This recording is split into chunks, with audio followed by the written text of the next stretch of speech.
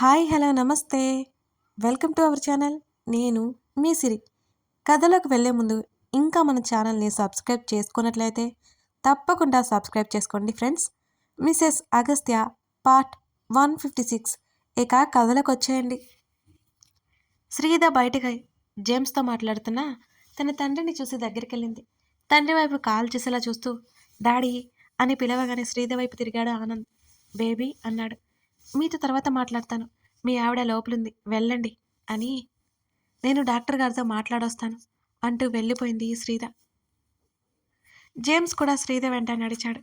శ్రీద వద్దు అనలేదు. ఇంతకుముందు విసుక్కునేది, కానీ ఇప్పుడు అర్థమవుతోంది.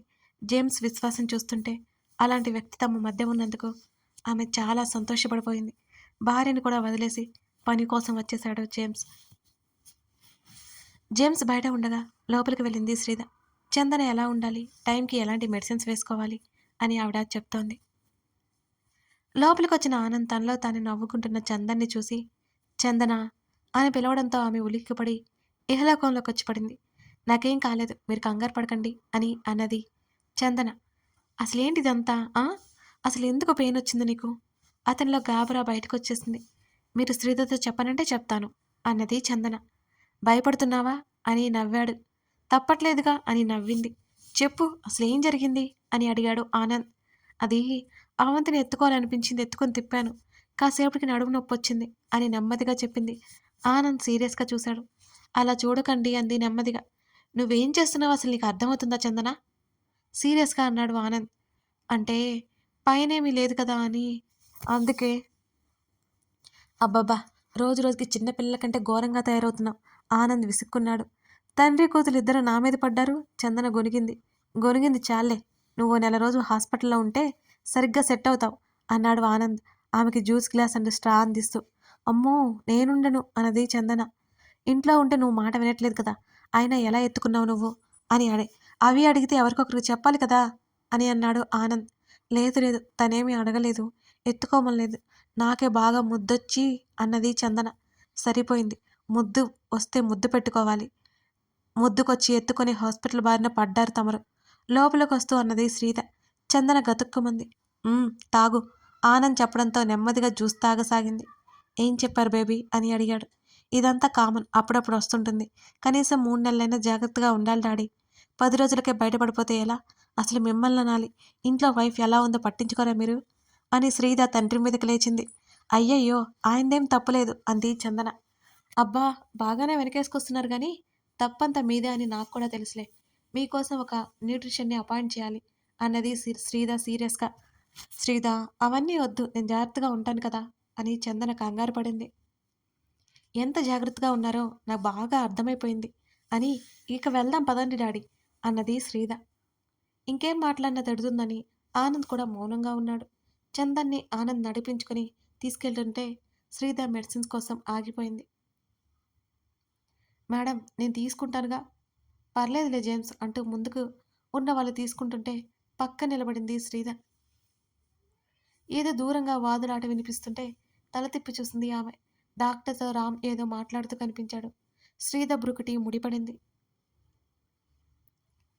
రామ్ హడావుడిగా మెడిసిన్ తీసుకుని కనీసం తను అక్కడ ఉన్న సంగతి కూడా గుర్తించినట్టు వెళ్ళిపోతున్నాడు. జేమ్స్, తీసుకో మెడిసిన్ ప్రిస్క్రిప్షన్ అతని చేతిలో పెట్టి డాక్టర్ దగ్గరికి వెళ్ళింది శ్రీద. ఆమె మామూలుగా పట్టించుకోలేదు, కానీ ఆ మెడిసిన్ బిల్లు 20,000 ఉండడంతో కాస్త కంగారుగా అనిపించింది శ్రీదకి. Excuse me. శ్రీద పిలుపుకి వెళ్ళిపోతున్న జూనియర్ డాక్టర్ తల తిప్పి చూశాడు ఆమెని. ఎస్ మేడం, చెప్పండి అని అడిగాడు వినయంగా. ఇప్పుడు మీతో మాట్లాడాడే అతను ఇక్కడ ఎందుకున్నాడు? శ్రీద అయోమయంగా అడిగింది. ఆమె శ్రీకళ కోసం కళ్ళతోనే చుట్టూ వెతికింది, కానీ కళ కనిపించలేదు. రామ్ గారా అని అడిగాడు. అవును అంది శ్రీద. తన వైఫ్కి యాక్సిడెంట్ అయింది కదా. అతను చెప్పగానే శ్రీద నివ్వెరబోయింది. యాక్సిడెంట్ అయిందా? కీచుగా అరిచింది. అవును మేడం అని అన్నాడు అతను. తన సిచ్యువేషన్ ఎలా ఉంది? తెలియకుండానే కంగారు మొదలైంది శ్రీదకి. అప్పటికే ఆనంద్ కాల్ చేస్తున్నాడు. లిఫ్ట్ చేయలేదు శ్రీద. 10 రోజులుగా హాస్పిటల్లోనే ఉన్నారు మేడం. షీఈజ్ ఇన్ కోమా అని అనగానే శ్రీద కళ్ళు బయటికి పొడుచుకొచ్చాయి. ఏంటి అని అడిగింది నమ్మలేనట్టు.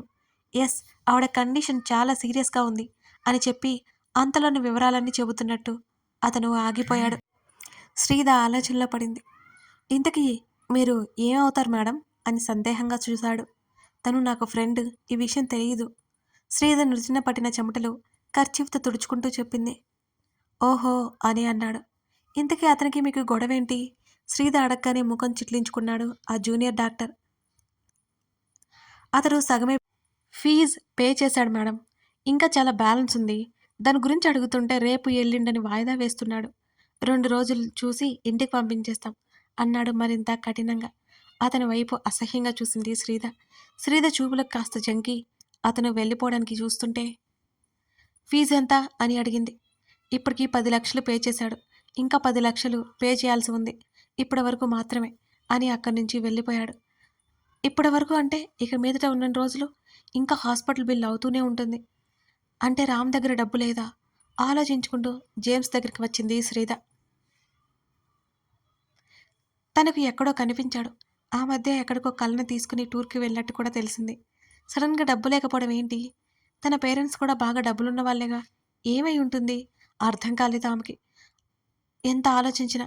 మేడం మెడిసిన్ తీసుకున్నాను. ఆనంద్ గారు కాల్ చేశారు అని అన్నాడు జేమ్స్.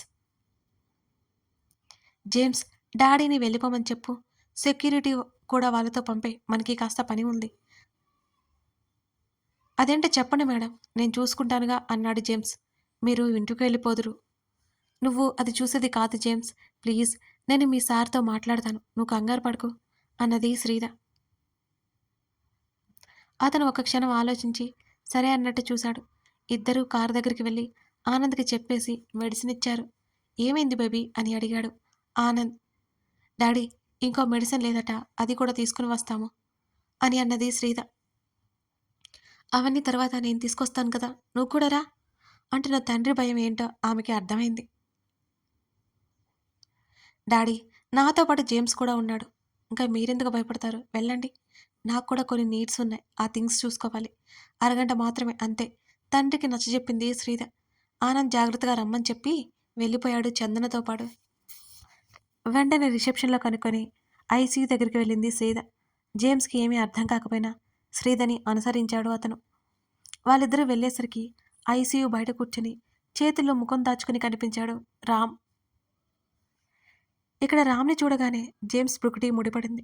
అతని గురించి ఎంతో కొంత అవగాహన ఉంది రామ్‌కి. తన సార్ మేడంకి చాలా తిప్పలు తెచ్చుకున్నాడు కూడా ఇతను. మేడం ఎక్కడికి? అసలు ఇక్కడికెందుకొచ్చాం? అని ముఖం చిట్లించుకొని రామ్ వైపు చూస్తూ అడిగాడు జేమ్స్. చెప్తాను అని మొబైల్ తీసుకుని అగస్త్యకి కాల్ చేసి పక్కకెళ్ళింది. ఆమె గుండె గట్టిగా కొట్టుకోసాగింది. చాలా కంగారుగా ఉంది. రామ్ ఎన్ని తప్పులు చేసినా తను అలా వదిలేయడం తన వల్ల కావడం లేదు. ఎంతైనా ప్రాణం విలువ తెలుసు తనకి. డబ్బు విలువ తనకంటే బాగా ఇంకెవరికి తెలియదు. ఇలాంటి పరిస్థితుల్లోనే తన తండ్రి ఉన్నాడు. డబ్బు కోసం అయిన వాళ్ళ కోసం ఎంత అల్లాడిపోయిందో తనకే తెలుసు. రామ్ కోసం కాకపోయినా కలని బ్రతికించాలని ఆమె తాపత్రయం. చెప్పు సెనోరిటా, ఎలా ఉంది పరిస్థితి సిస్టర్‌కి అని అన్నాడు. తమరి గారి చిట్టి పాపని ఎత్తుకుని తిప్పలు తెచ్చుకుంది అన్నది శ్రీద. వాట్ అన్నాడు అగస్త్య. శ్రీద జరిగిందంతా చెప్పి అది కామనే ఆట. కొంచెం జాగ్రత్తగా ఉండమన్నారు. 3 మంత్స్ వరకు అని కొన్ని క్షణాల పాటు ఆగింది శ్రీద. నీతో ఒక విషయం చెప్పాలి ఆమె మెల్లిగా అన్నది. ఇంకెందుకు ఆలస్యం చెప్పు అన్నాడు అగస్త్య. నీ మాట కాదు అంటున్నందుకు సారీ, కానీ తప్పట్లేదు. దేని గురించి మాట్లాడుతున్నావో సరిగ్గా చెప్పు. అతని కనుబొమ్మలు ముడిపడ్డాయి. హాస్పిటల్లో రామున్నాడు. సో వాట్ అన్నాడు అగస్త్య. కోపం తెచ్చుకోకుండా చెప్పేది విను ప్లీజ్ అని బ్రతిమాలింది శ్రీద. కళ్ళకి యాక్సిడెంట్ అయ్యి 10 రోజులవుతుందట. చావు బ్రతుకుల మధ్య ఉంది. రామ్ దగ్గర డబ్బు లేవు. ఇన్ని రోజులు అసలు అవస్థలు పడి ఉన్నాడు. నేను డబ్బు ఇస్తాను. ఇది నేను రామ్ కోసం చేయట్లేదు. అలాగని కళ కోసం కూడా చేయట్లేదు. ఎందుకో విషయం తెలిసిన దగ్గర నుంచి ఊరుకోలేకపోతున్నాను. నువ్వు ఆర్ఫనేజ్‌కి ఎంతో కొంత ఇస్తూ ఉంటావు కదా. ప్లీజ్ వీళ్ళు కూడా అలాగే అనుకో. హెల్ప్ చేద్దాం ప్లీజ్ అని అడిగింది శ్రీద ఎంతగానో బ్రతిమాలతో. అతడు ఒప్పుకోవాలని దేవుణ్ణి కోరుకుంటోంది. అతనిది కఠినమైన హృదయం కాకపోయినా రామ్ వల్ల ఎంతగా నష్టపోయాడో ఆమెకు కూడా బాగా తెలుసుగా. రామ్‌ని ఒకానొక టైంలో చంపేయాలని కూడా అనుకున్నాడు అగస్త్య. కానీ ఆమె ఆపింది. అందుకే కదా ఆమె కంగారు. నువ్వు ఏదైనా అడిగితే నేను కాదంటానా సెనోరిటా? ఆ మాటకి చప్పున ఆమె కళ్ళల్లో నీళ్లు పొంగాయి. Thank you so much. ఆమె ఉద్వేగం చెందింది. బట్ నువ్వు నా నమ్మకాన్ని పోగొట్టుకోవని అనుకుంటున్నాను అని అన్నాడు అగస్త్య. నో, నేను డబ్బు ఇచ్చేసి వచ్చేస్తాను. వాళ్ళతో ఈ జన్మలో నేను ఏ రిలేషన్ ఉంచను అని స్థిరంగా చెప్పింది శ్రీధ. సరే, జేమ్స్ ఉన్నాడు కదా నీతో అని అడిగాడు అగస్త్య. అతను కాల్ కట్ చేశాడు. వెంటనే జేమ్స్తో పాటు రామ్ దగ్గరికి అడుగులు వేసింది శ్రీధ. ఎవరో తన దగ్గరికి వస్తున్నట్టు అనిపిస్తుంటే వేరే పేషెంట్ కోసం అనుకున్నాడు రామ్. తలెత్తి చూడలేదు అసలు శ్రీధని. నిన్ననే తన బాస్ని డబ్బు అడిగితే అతను కుదరదని చెప్పేశాడు నిర్మోహమాటంగా. రామ్కి ఏం చేయాలో అర్థం కావడం లేదు. అప్పటి నుంచి అతనికి పిచ్చి పట్టినట్టుగానే ఉంది.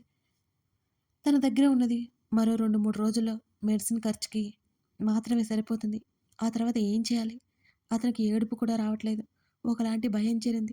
కలని బ్రతికించుకోగలనా అనే సందేహం ఏర్పడింది రామ్లో. తన ముందర ఎవరివో కాళ్ళు కనిపిస్తుంటే నెమ్మదిగా తల ఎత్తి చూశాడు రామ్. ఎదురుగా శ్రీధ ఉంది. అసలతను అక్కడ ఆమెను ఊహించనేలేదు. టక్కున లేచి నిలబడ్డాడు రామ్. రామ్ రూపురేఖలను చూస్తూ శ్రీధ ఆశ్చర్యపోయింది. ఎంతో నీట్గా, అందంగా, స్టైల్గా ఉండే రామ్ ఇలా అయిపోతాడని ఆమె ఊహించలేదు. పర్లేదు, కళ మీద ఉన్నది ప్రేమే అన్నమాట అనుకుంది మనసులో. అసలు అతనికి ఏం మాట్లాడాలో కూడా అర్థం కావడం లేదు. గాఢ అంధకారంలో చిక్కుకుపోయిన అతనికి ఆమె ఒక వెలుగు రేఖని ఆ క్షణం రామ్కి తెలియదు. ఎలా ఉంది కలకి అని అడిగింది చాలా గంభీరంగా. ప్రస్తుతం కోమా స్టేజ్లోనే ఉంది. ఇంకెంత టైం పడుతుందో చెప్పలేరట అన్నాడు నిర్లిప్తంగా రామ్. వెంటనే తన హ్యాండ్ బ్యాగ్ తీసి చెక్ బుక్ తీసింది. ఆమె ఏదో రాస్తుంది. అతను ఆ బుక్ వైపు కూడా చూడలేదు. శ్రీధ మాత్రమే ఉన్నా అతని చూపులు ఆమె వైపే ఉన్నాయి. అతను శ్రీధ పట్ల చేసిన అన్యాయం గుర్తుకొస్తోంది. కర్మ ఎవరిని వదిలిపెట్టదంటే ఇదే కాబోలు. స్వయంగా అతనికి అనుభవం పూర్వకంగా అర్థమవుతోంది. తీసుకో, రామ్ ముందు పెట్టింది శ్రీధ. అప్పుడు చూశాడు తల కిందకి దించి. చెక్కిస్తోంది తను. అతని చూపులు అయోమయంగా ఉన్నాయి. ఎందుకు తనిస్తోంది? కనీసం అడగలేదు కూడా. ఏంటిది శ్రీ అని అడిగాడు. అతని పిలుపుకి చిరాగ్గా ముఖం పెట్టుకుంది శ్రీధ.